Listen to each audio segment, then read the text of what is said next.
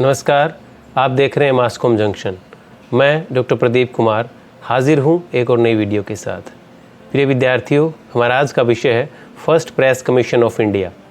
जी हां, प्रथम प्रेस आयोग।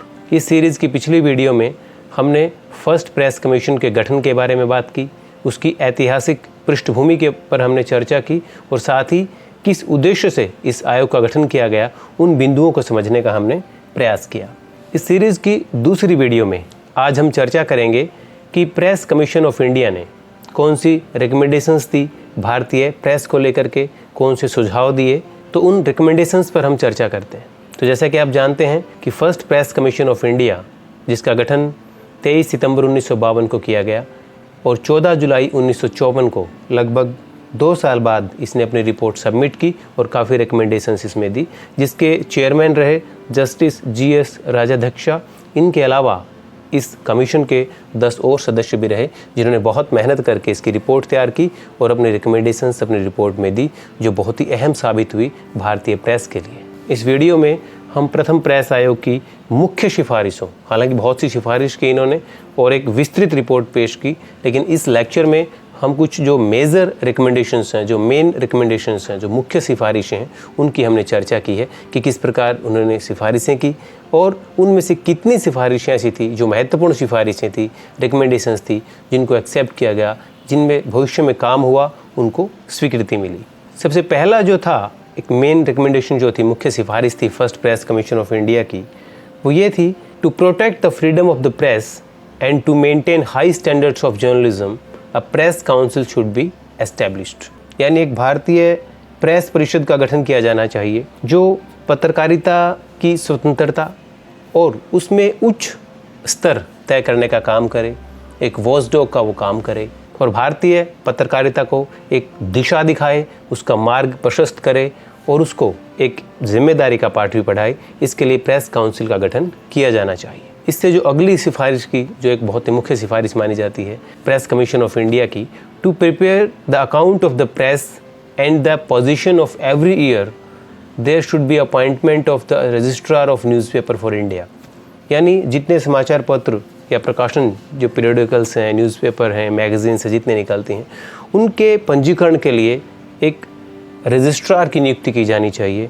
RNI का गठन किया जाना चाहिए, registrar of newspaper for India, जो सारा उनका लेखा जोखा रखे, सारा उनका हिसाब किताब रखे, जितने प्रकाशन हैं उनके नामकरण, उनको जो शीर्षक दिया जाना है, टाइटल दिया जाना है, उनकी वेरिफिकेशन है, यानी जितनी भी उससे जुड़ी तमाम जो औपचारिकताएँ हैं, उनका हिसाब किताब, लेखा जोखा सारा इस रजिस्ट्रार के पास होना चाहिए और registrar of newspaper for India का गठन यानी RNI का गठन किया जाना चाहिए। ये सिफारिश की first press commission of India ने। Then advertising council should be formed which should frame the code of conduct for advertisements.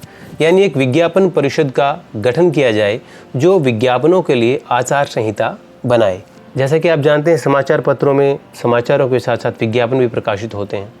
तो विज्ञापन जो है वो एक तरह से किसी भी प्रोडक्ट की, सर्विस की सूचना के लिए होते हैं, सूचना पहुंचाने के लिए होते हैं, या वो एक तरह से प्रेरित करते हैं उस उत्पाद को खरीदने के लिए। लेकिन इस मंच के माध्यम से या विज्ञापन के माध्यम से ऐसा कुछ संदेश ना जाए जिससे कोई भ्रम की स्थिति हो, जिसमें कुछ जो एक तरह से जो शिष्टाचार है वो उसकी कोई अवहेलना ना हो। उसके लिए भी एक कोड ऑफ कंडक्ट होना चाहिए, आचार संहिता होनी चाहिए, सामाजिक नियमों को ध्यान में रखते हुए, शिष्टाचार को ध्यान में रखते हुए। तो एक एडवर्टाइजिंग काउंसिल बनाई जाए। तो ये रिकमेंडेशन दी फर्स्ट प्रेस कमीशन ने। Price page schedule should be introduced to protect the small newspapers from the fierce competition. यानी जो गला काट प्रतिस्पर्धा है उसमें छोटे समाचार पत्रों का ख्याल रखा जाए, प्राइस पेज शेड्यूल की व्यवस्था की जाए, जिससे समाचार पत्र जो हैं, खासकर जो छोटे समाचार पत्र हैं, वो बड़े समाचार पत्रों के दबाव में ना आ जाएं एक तरह से, या उस कंपटीशन में वो पीछे ना रह जाएं। इसलिए प्राइस पेज शेड्यूल की व्यवस्था की जाए। ये फर्स्ट प्रेस कमीशन की ओर से एक अहम रिकमेंडेशन दी गई। Then there should be no government control over news agencies. A corporation should be established for their development. First press commission ने सुझाव दिया कि एक निगम की स्थापना की जाए, एक निगम का गठन किया जाए और जो समाचार समितियां हैं, जो न्यूज़ एजेंसीज़ हैं, वो सरकार के नियंत्रण से बाहर हों और किसी प्रकार का उन पर कंट्रोल नहीं होना चाहिए सरकार का। वो एक निगम के अंतर्गत काम करें ताकि वो स्वतंत्र तरीके से फ्री रहते हुए बिल्कुल एक अच्छी पत्रकारिता कर पाएँ बिना किसी दबाव के। Then the control and influence of the owners of other industries on the newspaper industry should be minimised. बहुत से ऐसे उद्योगपति हैं जो जिनके बहुत से उद्योग हैं और साथ ही वो समाचार पत्रों का भी संचालन करते हैं। तो प्रथम प्रेस आयोग ने इसे थोड़ी चिंता जाहिर की कि इससे ये होगा कि जो ज़्यादा पैसे वाले हैं, बड़े उद्योगपति हैं, वो समाचार पत्र शुरू करेंगे और जो नए लोग हैं जो वास्तव में जो पत्रकारिता करना चाह रहे हैं, एक अलग तरीके की पत्रकारिता करने चाह रहे हैं, जिनके पास इतनी कैपिटल नहीं होती है, तो उन्होंने जो ट्रेंड था इसको कहा कि मिनिमाइज़ करने की कोशिश होनी चाहिए कि जो हार्डकोर जो एक उद्योगपति है जिनके और ज़्यादा बहुत उद्योग धंधे हैं, तो इस प्रैक्टिस को थोड़ा सा कम किया जाए कि उनका प्रभाव जो है न्यूज़पेपर इंडस्ट्री पे थोड़ा सा कम हो। लेकिन आप देख रहे हैं कि समय के साथ साथ ऐसा नहीं हुआ और आज आप देखते हैं कि जो बहुत से समाचार पत्रों के मालिक हैं उनके और भी काफ़ी उद्योग धंधे चल रहे हैं। Then for maintaining a cordial relationship between the government and the press, A press consultative committee should be constituted। प्रथम प्रेस आयोग ने सुझाव दिया कि जो प्रेस और सरकार है उसके बीच एक सही संबंध होने चाहिए, आत्मीय संबंध होने चाहिए।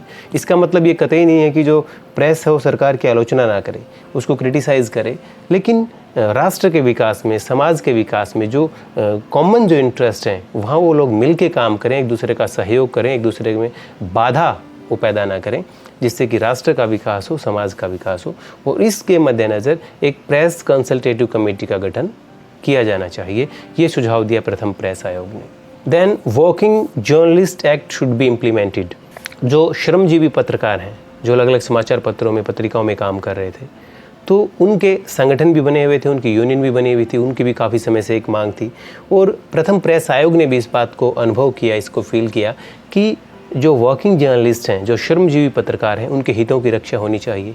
चाहे उनकी सैलरी की आप बात करें, चाहे उनके अधिकारों की बात करें, काम के घंटे की बात करें, यानी वर्किंग जर्नलिस्ट के हितों की या इंटरेस्ट से जुड़ी जितनी बातें हैं उसके लिए एक एक्ट बनाया जाना चाहिए और उस एक्ट में उन सब चीज़ों का प्रोविज़न हो जो उनके हित के लिए ज़रूरी है, जिससे कि वो एक स्वतंत्र तरीके से निर्भीक होकर पत्रकारिता कर सकें और एक पत्रकार की भूमिका निभा सकें, पत्रकारिता करते हुए समाज के प्रति भी अपनी जिम्मेदारियों का वो ईमानदारी पूर्वक निर्वाह कर सकें। Then press commission recommended establishment of a fact-finding committee to evaluate the financial position of the newspapers and news agencies। प्रथम प्रेस आयोग ने ये रिकमेंड किया, ये सिफारिश की कि एक फैक्ट फाइंडिंग कमेटी बनाई जानी चाहिए, यानी जो तथ्यों को निकाल करके लेके आए और ये बताए कि किस तरह की फाइनेंशियल पोजीशन है न्यूज़पेपर्स की और न्यूज़ एजेंसीज़ की, यानी उनका वित्तीय जो ढांचा है वो क्या है, कैसे वो कहाँ से कैपिटल को लेके आ रहे हैं, कौन अच्छे से उसको चला कर पा रहा है, कौन उसको अच्छे से रन नहीं कर पा रहा है समाचार पत्र को, किस तरह की कठिनाइयाँ उनको झेलनी पड़ रही हैं। तो इन सब बातों के बारे में एक रिकमेंडेशन दी कि फैक्ट फाइंडिंग कमेटी बनाई जानी चाहिए। Then for protecting the main principles of the freedom of the press and to help the newspapers against monopolistic tendencies, a newspaper financial corporation should be constituted। प्रथम press आयोग ने सुझाव दिया, ये recommendation दी कि एक न्यूज़पेपर फाइनेंशियल कॉरपोरेशन बनाया जाना चाहिए ताकि जो बड़े उद्योगपति हैं, जैसे कि हमने पहले भी चर्चा की कि जिनके पास बहुत ज़्यादा कैपिटल है, बहुत पूंजी है, जो दूसरे उद्योगों में भी लगे हुए हैं, साथ समाचार पत्र उद्योग शुरू करना चाह रहे हैं, तो ऐसे में अगर कोई एक ऐसा आदमी समाचार पत्र शुरू करना चाहता है जिसके पास फाइनेंस का अभाव है लेकिन वो अच्छी पत्रकारिता करना चाहता है, चौथे स्तंभ को मजबूत करना चाहता है, तो उन लोगों की सहायता के लिए एक फाइनेंशियल कॉरपोरेशन होना चाहिए न्यूज़पेपर का, जो उनकी मदद करे और वो भी अपनी पत्रकारिता कर सकें, उसको आगे बढ़ा सकें। देन एक और महत्वपूर्ण सिफारिश first press commission of India ने की, that was there should be indigenisation of both capital and the staff specially at the higher levels, and it was highly desirable that proprietorly interest in publication should vest predominantly in Indian hands। कहने का भाव ये है कि प्रथम press आयोग ने ये रिकमेंड किया कि जो समाचार पत्र उद्योग में जो पूंजी लगनी है वो उसको बढ़ावा दिया जाए कि यहाँ के लोगों की, देसी जो लोग हैं, भारत के जो लोग हैं, उनकी पूंजी लगे और जो निर्णय लेने की जो क्षमता है, जो मालिकाना जो हक है, वो कोशिश की जाए कि वो हिंदुस्तान के लोग उनके हाथ में होना चाहिए, ताकि वो यहाँ के हितों की बात करें, यहाँ की कल्चर जो है, जो एक हमारी ऐतिहासिक या सांस्कृतिक विरासत है, उसको संजो कर रखें, उसको आगे बढ़ाएं। और ये यहीं के लोगों के हाथ में होनी चाहिए, और वो कहीं ना कहीं यहाँ की जो पत्रकारिता है, यहाँ की जो समाज है, संस्कृति, उसके लिए हितकारी होगा। ये भी इन्होंने गुजारिश की। देन अब हम चर्चा करते हैं कि कौन सी जो रिकमेंडेशन थी जो first press commission of India की ओर से की गई और उनको स्वीकृत कर लिया गया, और आज हम उनको मूर्त रूप में देखते हैं। आज हम देखते हैं कि उससे काफ़ी संस्थाएं जो है निकल करके आई। तो काफ़ी ऐसी रिकमेंडेशंस थी जो स्वीकार कर ली गई, कुछ एक पर विचार किया गया और उनको थोड़ा सा पोस्टपोन किया गया, और कुछ ऐसी रिकमेंडेशंस थी जिन पर विचार नहीं हुआ। तो हम यहाँ उन रिकमेंडेशंस की चर्चा करेंगे जिन पर विचार हुआ, जिनको स्वीकृत किया गया, वो कौन सी सिफारिशें थी, एक नज़र उन पर हम डाल लेते हैं। पहली ये बात की थी first press commission of India ने कि एक प्रेस काउंसिल होनी चाहिए जो कम से कम एक तरह से वॉचडॉग की तरह काम करे समाचार पत्रों के लिए, पत्रिकाओं के लिए। तो इसका गठन किया गया 1966 में। Press council of India was established in the year 1966 to regulate the press, यानी प्रेस को नियमित करने के लिए, उसके नियमावली तय करने के लिए, उसके वॉचडॉग की भूमिका निभाने के लिए 1965 में प्रेस काउंसिल एक्ट आया, और इसके आधार पर 4 जुलाई 1966 को प्रेस काउंसिल ऑफ इंडिया का गठन किया गया। और इसकी जो फंक्शनिंग शुरू हुई प्रॉपर, वो हुई 16 नवंबर 1966 को, और इसीलिए हम 16 नवंबर 1966 को इंडियन प्रेस डे के रूप में मनाते हैं, भारतीय प्रेस दिवस, यानी भारत में प्रेस डे के रूप में इस दिन को मनाया जाता है। देन एक और रिकमेंडेशन जो की वो थी समाचार पत्रों का लेखा जोखा रखने की जो बात थी, उनके पंजीकरण की बात थी, इस बारे में एक रिकमेंडेशन दी। तो इसके परिणाम स्वरूप RNI का गठन किया गया। Registrar of newspaper for India was appointed in July 1956 to prepare an account of the publications and titles, यानी जो शीर्षक हैं, जो पब्लिकेशन है, उनके पंजीकरण है या उनका लेखा जोखा रखने का जिम्मा इसको सौंपा गया, और ये एक अहम सिफारिश थी जिसको मान लिया गया।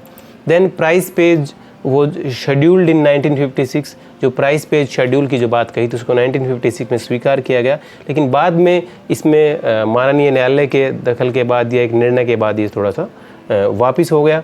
Then press consultative committee was constituted on 22 September 1962, यानी जो प्रेस कंसल्टेटिव कमेटी के जो गठन की बात कही थी प्रथम प्रेस आयोग ने, वो 22 सितंबर 1962 को उसका गठन किया गया प्रेस सलाहकार समिति का। तो ये रिकमेंडेशन भी मान ली गई।